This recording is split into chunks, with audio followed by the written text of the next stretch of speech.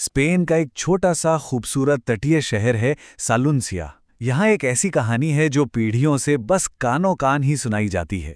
एक ऐसी कहानी है जो दिन में किसी पोस्टकार्ड की तरह दिखने वाले इस शहर को रात होते ही एक अजीब से डर में डुबो देती है। तो चलिए आज इसी डरावनी कहानी की परतों को खोलते हैं।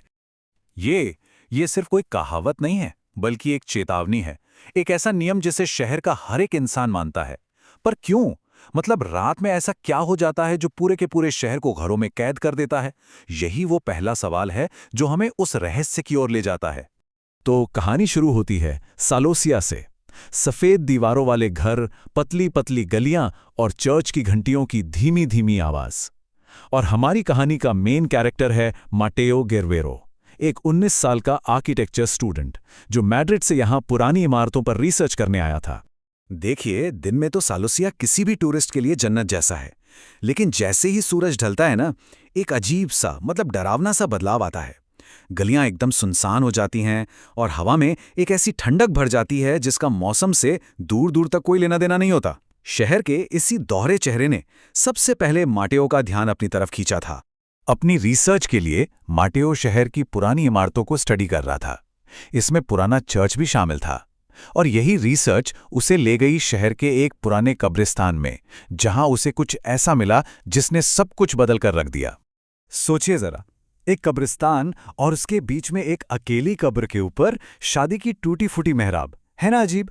सूखे हुए फूल उस पर ऐसे लटक रहे थे जैसे किसी अधूरे जश्न की दुखद याद दिला रहे हों। इसी अजीब से नज़ारे ने माटेओ की क्यूरियोसिटी को जगा दिया। और बस उसी रात से माटेओ के साथ अजीबोगरीब चीजें होने लगीं। पहले तो बस हल्की हल्की आहटें आती थी, फिर एक परछाई दिखने लगी, और जल्द ही उसे ठंडी हवा के अजीब से झोंके महसूस होने लगे। और फिर गीली मिट्टी से बने पैरों के निशान जो हमेशा उसी कब्रिस्तान की तरफ जाते थे। एक रात उसके मन का डर उसकी क्यूरियोसिटी के आगे हार गया। उसने फैसला किया कि वो उन रहस्यमयी कदमों के निशानों का पीछा करेगा। रात के ठीक 2 बजे जब चर्च की घंटी बजी, वो कब्रिस्तान पहुंचा। और वहां उसी टूटी हुई मेहराब के नीचे उसने उसे देखा, शादी के जोड़े में एक औरत जो जैसे किसी का इंतजार कर रही थी। वो आकृति धीरे धीरे माटेओ की तरफ मुड़ी और उसे देखते ही माटेओ के तो होश ही उड़ गए। उसका चेहरा एकदम सफेद था, आंखों में एक अजीब सा खौफ था, और गालों पर जैसे खून के आंसू सूख गए हों। और सबसे डरावनी बात, उसके पैर जमीन पर थे ही नहीं। इससे पहले कि माटेओ कुछ समझ पाता, वो पलक झपकते ही हवा में गायब हो गई। अब जाहिर है, इतना सब देखने के बाद माटेओ बुरी तरह डर गया था। अगली सुबह वो सीधे अपने गेस्ट हाउस के बूढ़े केयरटेकर के पास गया। जैसे ही उसने कब्रिस्तान और उस शादी के मेहराब का जिक्र किया, केयरटेकर का चेहरा एकदम सफेद पड़ गया। और तब उसने माटेओ को शहर का वो गहरा राज बताया, जिसके बारे में हर कोई जानता तो था, पर बात कोई नहीं करना चाहता था। ये कहानी है साल 1889 की। एक दुल्हन थी इजाबेला। वो अपने दूल्हे हावियर का इंतजार कर रही थी, लेकिन हावियर कभी आया ही नहीं।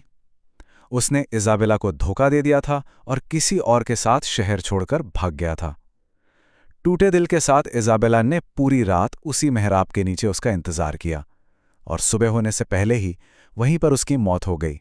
केयरटेकर ने बताया कि उसी दिन से लोग अक्सर रात में इसाबेला की आत्मा को उसी मेहराब के नीचे इंतजार करते हुए देखते हैं। शहर के लोग उसे डेड ब्राइड यानी मृत दुल्हन बुलाते हैं। और अब माटेओ को समझ आ चुका था कि पिछली रात उसने किसे देखा था।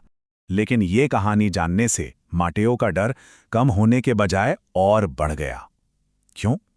क्योंकि अब वो आत्मा सिर्फ कब्रिस्तान तक ही नहीं थी, अब वो उसके पीछे पीछे उसके गेस्ट हाउस तक पहुंच चुकी थी। उस रात माटेओ के कमरे में अचानक गीली मिट्टी और सड़े हुए फूलों की महक भर गई, बिल्कुल वैसी ही महक जो उस कब्रिस्तान में थी। ये पहला इशारा था कि वो अब अकेला नहीं है। फिर उसने अपने कमरे के दरवाजे के नीचे से एक परछाई को आते देखा। कोई ठीक दरवाजे के बाहर खड़ा था। सन्नाटा इतना गहरा था कि माटेओ को अपने दिल की धड़कन साफ साफ सुनाई दे रही थी।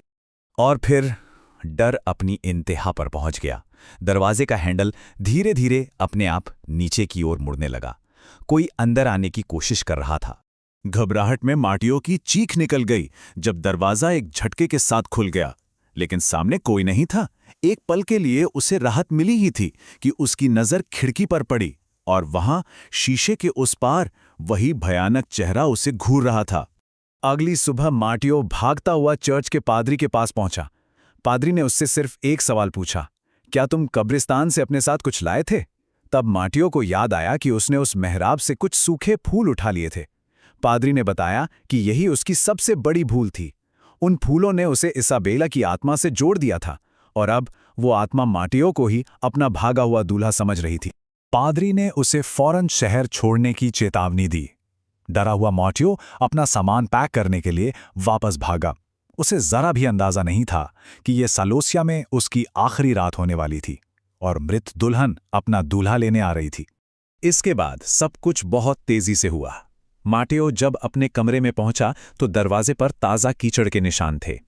जैसे ही उसने पैकिंग शुरू की, अचानक मौसम बिगड़ा और पूरे घर में अंधेरा छा गया। और फिर बादलों की गरज के साथ बिजली चमकी। उस एक पल की रोशनी में माटियो ने देखा मृत दुल्हन ठीक उसके सामने खड़ी थी। गेस्ट हाउस के केयरटेकर ने माटियो की चीख सुनी और वो मदद के लिए दौड़ा, पर तब तक बहुत देर हो चुकी थी। माटियो अपने कमरे से गायब था। कई घंटों की खोजबीन के बाद माटियो तो मिला, पर जिंदा नहीं। माटियो की लाश उसी कब्रिस्तान में, उसी शादी की मेहराब के नीचे मिली। उसका पूरा शरीर गीली मिट्टी से सना हुआ था। शहर वालों के लिए मतलब साफ था, मृत दुल्हन ने आखिरकार अपना दूल्हा ढूंढ ही लिया था और वो उसे हमेशा के लिए अपने साथ ले गई थी। माटियो की कहानी सालोसिया के किस्सों में हमेशा के लिए जुड़ गई। लेकिन एक सवाल है जो आज भी वहीं हवा में तैर रहा है। क्या इसाबेला को अपना दूल्हा मिल गया, या उसकी आत्मा आज भी उसी टूटी हुई मेहराब के नीचे किसी और का इंतजार कर रही है?